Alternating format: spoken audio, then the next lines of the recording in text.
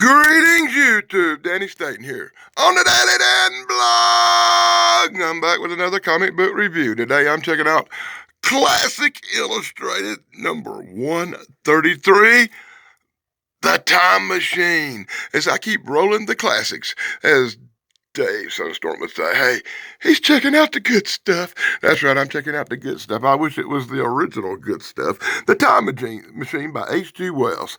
This comic book I've got is a 2002 reprint of the 1956 classic comic book. You know, last week I did an original 1940s classic illustrated's original comic book, and I do prefer the originals, but sometimes you can't find the old originals like the 1956 version of this comic book in its original old wore out stinking format. You have to get these reprints, and these back. It bothers me that in 2002 these reprints were $10. Well, inflation, right? I showed this cool comic book to my buddy Thrash Pondo Pons, and he was telling me he was happy that it was based on the movie version from the 1960s. So you can just tell that that cover was based on that movie version, or the movie version was based on that cover. I wonder which one come first. Such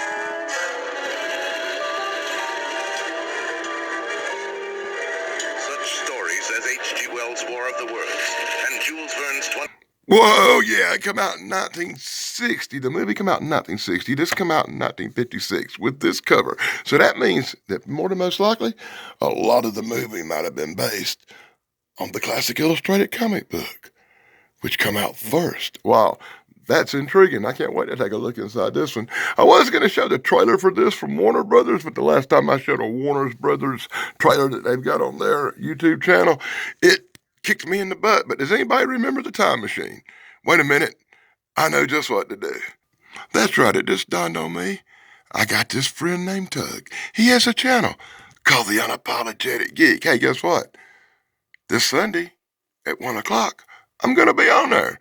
And he does a lot better videos than me.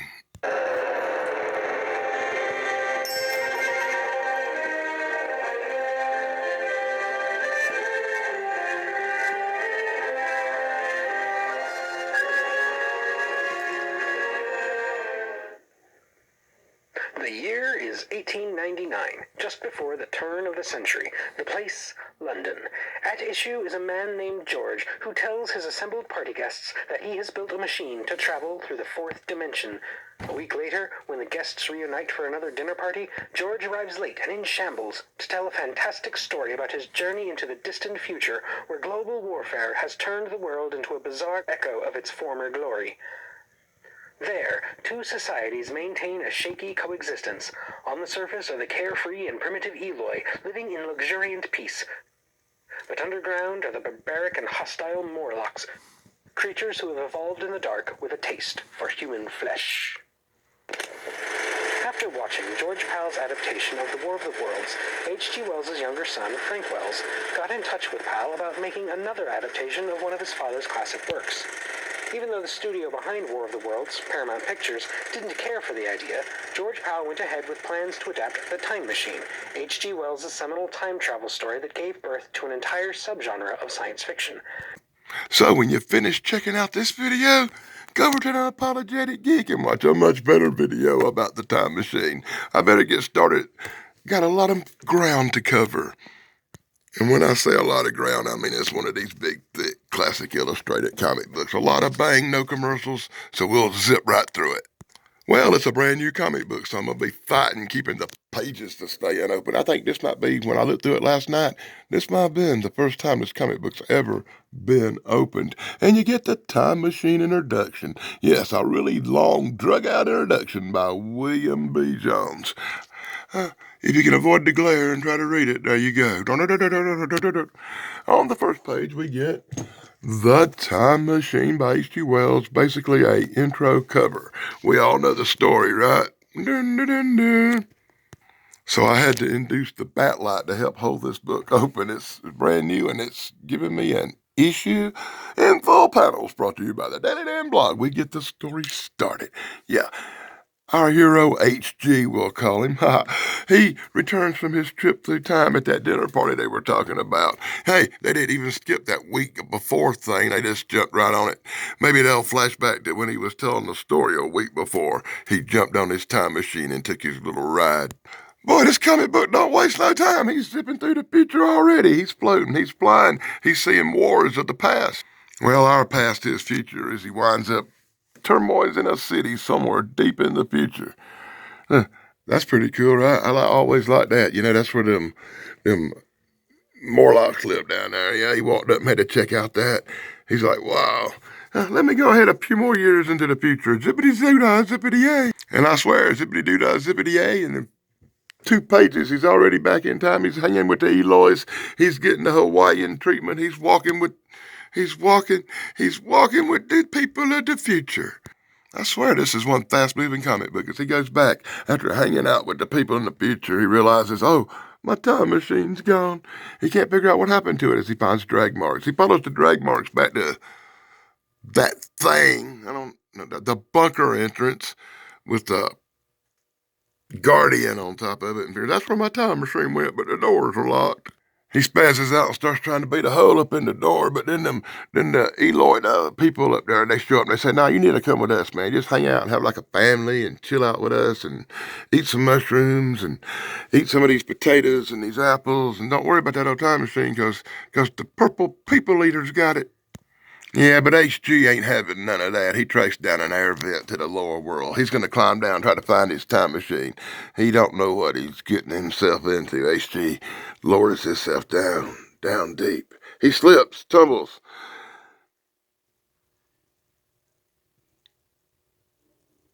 What? He slips and tumbles. No, he don't slip and tumble yet. That's later on, right? He looks down but decides the better of it. Decides to take a nap, but the nap don't last long as he's woke up by some things from Lord of the Rings. Some things from Lord of the Rings. They don't look like whatever. Anyway, he's woke up by the Morlocks. He's like doing his best to fight them off as they attempt to drag him down deep inside the sewer. I swear it seems out of place, but he was in that building. He chased the Morlock guy out. Now they're out in the open in the broad daylight. It don't seem to be bothering him too much. Hey, check it out. He's got a blonde hair Morlock down there. Did they have blonde hair? I don't remember them having blonde hair. Anyway, Morlock jumped down the tunnel. Now, now he says, what was that? And they tell him the story. They tell him the story about the purple people eaters. That's right. They eat us. They eat us. These creatures, they're cannibals. Oh my God. Yeah, so he jumped in and saved drowning unknown girl. That's right. I've always wondered, because I've been going through this whole comic book. It's on like page 15 now. He's jumping in. He's saving this girl. And this girl, the girl with no name, and they finally, you get to find out. I learned her name. And her name's Wiener. Wiener. That's right. Eat a wiener. Wiener. Her name's Wiener. What a horrible name for a character in a comic book. They named her Wiener. It's eat a wiener. I think she's about to eat a wiener too. Oh, come on, I'm joking. Who are the Morlocks? Well, let me tell you about the Morlocks. They come up from the ground and they drag us all down and they have us for dinner and they have us for brunch. That's it, HG says I'm going down there and deal with these Morlock demons. Yep, well, he calls back out. See, he's too much climbing up and climbing down. He's just, the air down there is so thin. That's right, only the Morlocks can live in the deep, dark, dank sewers of our world. Him and Weena walk down the yellow brick road. Oh, this is a pretty cool part right here. I like this. They walk down the yellow brick road to Oz. That's right, Oz. And Oz in this one is wrote in some unknown language. A museum of history. That's right. You can see the history of man with rockets and all the trappings of the past. Air pumps, inner tubes, and everything works. Thousands of years, you could tell, no one has been here. No one knows about tools and machinery that still work. And guess what? There's an armory of stuff that still works. And I got a feeling HG is about to go Rambo.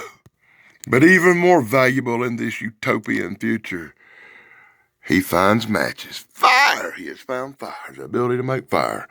That makes a big difference in the future. Too bad I don't think gunpowder lasts thousands of years, does it? Yeah, it just goes to show, the gunpowder wasn't worth a darn when he uses the tire tool to go upside that head a couple of times in the old Louisville Slugger. That's right, I guess a club is better than a machine gun if you have no gunpowder. But I got some chemicals for you. And he makes a blazing fire, which keeps them away most of the night. But eventually the fire goes out, they pass out, and the Morlocks attack with fierce vengeance. He comes up swinging with his tire tool of destiny. Victorious he shall be. Okay, maybe not exactly victorious. Next page over, I swear. The woods are ablaze, and a great forest fire ensues out of nowhere, burning and destroying the Morlocks and causing them to run in fear as he stands watching all around him burn. HG is wondering if he ate too many mushrooms, apparently. And as always, I guess now it's time for a couple of real quick shout-outs. Here's a special shout-out to my main man, Thrash Pondo Pines. Join us every other Sunday, as we explore great and cool topics in the movie genre. Right now, we're dealing with Stephen King. That's all I'm going to say about that. Be sure to check out my good friend Dave and Sunstorm. And check out Dave and his incredible brother Stephen Sunstorm right here on YouTube. And don't forget Pat McCormick at the Golden Rage of TV. He's our hero, as well as all the other good stuff guys like BK on the air, Big Guys 45s, my man Corey at Corey's Comedy Channel. My flock is everywhere, Sarah. Thank you, Sarah, for all your great help as a producer for my shows. The Nostalgic Pod Blast Chance. Love his stuff. Brain Benders. Banners. Love you, Chrissy. Retro Nerd Girl. AAP Homestead. RAP for life. And, of course, the Unapologetic Geek. You can see his stuff at the beginning of this video. And be sure to check out his live stream on Sunday afternoons at 1 o'clock featuring me. It's true. Me. I swear this has been the most irritating comic book review I've ever made. Just trying to keep the pages open enough to film them. So the fire washes away the Morlock scourge. They make their way back to the city of the Loy Witches, of course untouched, for a good nap and a bouquet of mushrooms and food. And then HG takes his magic wrench and uses it to open the doors. And inside he finds his time machine. Yes, finally he has found his time machine. He boards his time machine. He begins to adjust it, but suddenly out of nowhere the Morlocks attack in vengeance. He has no choice. As they rip away his clothes and start to pull him from the machine, he has no choice. He clicks the button and flies backwards in time, backwards through the space age, backwards to his humble abode. Overjoyed he is that the goose only drug his time machine 20 feet into that building thing that was built there, because if it had went much further than that, he would have materialized in a 2x4. And now we get back to the part where he's upstairs telling all his friends about his really cool adventures, including this guy in the back, which turns out to be Jack the Ripper. And then Jack the Ripper steals his time machine and goes into the 1980s and starts killing people. And then HG, he has to jump on that time machine and go into the future, into the 1980s, and hunt for Jack the Ripper. It's a much better movie than this one, I think. But What am I thinking of? I'm sure we'll talk about it on the Unapologetic Geek Show at 1 o'clock Sunday afternoon. So anyway, in the end, you get this biography of H.G. Wells. You get to find out all the stuff about H.G. Wells you didn't know. All kinds of stuff that I'm sure sometime in the future on one of the shows I'm on, I'll definitely have to talk about after doing this video. Oh, gee whiz. Just when you thought it was over, you're just going to get to go chill. No, you get the story of Great Britain, part 7.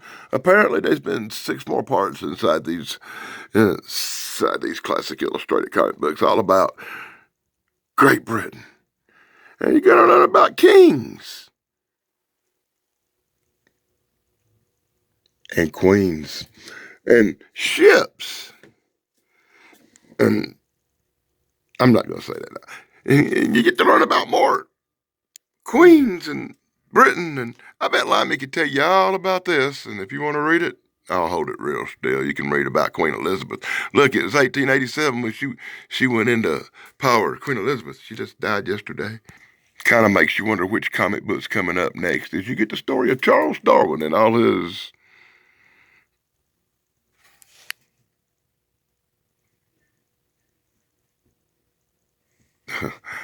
his opinions. That's a good word for it. Opinions on evolution.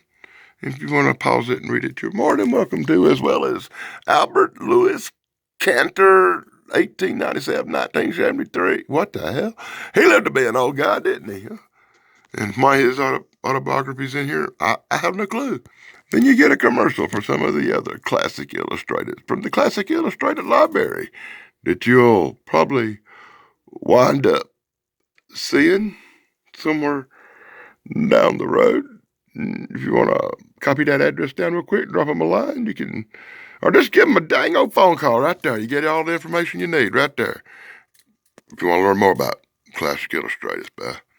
And in the back, on the last cover, you get the Unapologetic script for the first part of this video you watched, apparently. And on the back cover, you get a preview of a comic book that I don't think I have. I don't think I got that one. I wished I had it, and a list of all the other cool ones. And be sure to check out my friend Bigfoot Michigan Rob's really cool books called True Cryptid Encounters, Book 1 and Book 2. I got them both, and there's some good reading if you like real-life monster adventures. Until next time, this is Danny Staten. Be sure to like, subscribe, and ring the stupid bell for me. And until next time, plug over, dudes.